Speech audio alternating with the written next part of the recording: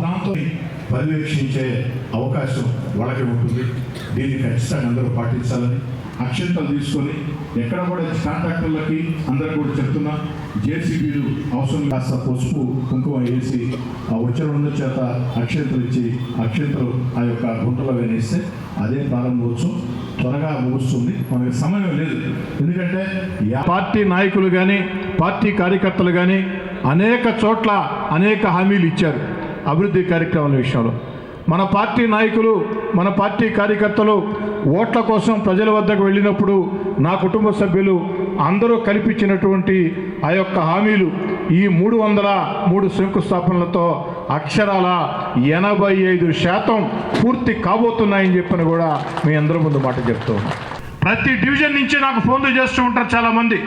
ప్రతి డివిజన్లో కూడా పార్టీకి సంబంధం లేకుండా రాజకీయాల సంబంధం లేకుండా 25 నుంచి 50 మంది నాకంటూ పరిచయస్తులు స్నేహితులు ఉన్నారు. ఎందుకంటే ఎప్పుడో వీఆర్ఎస్కులు రాజకీయాలు స్టార్ట్ చేశాం కాబట్టి 71, 72, 73 ప్రాంతాల్లో అప్పటి నుంచి మొత్తం నేరుగా పరిచయాలు ఉంటా వచ్చాయి.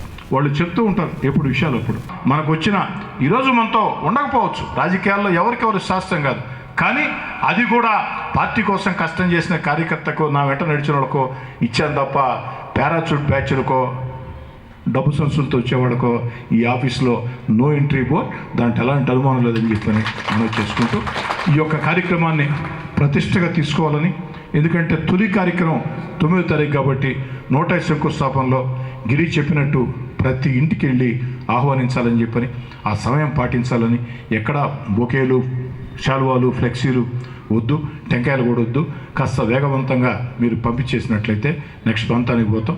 ఆ పనులు కూడా దగ్గరుండి పర్యవేక్షించండి.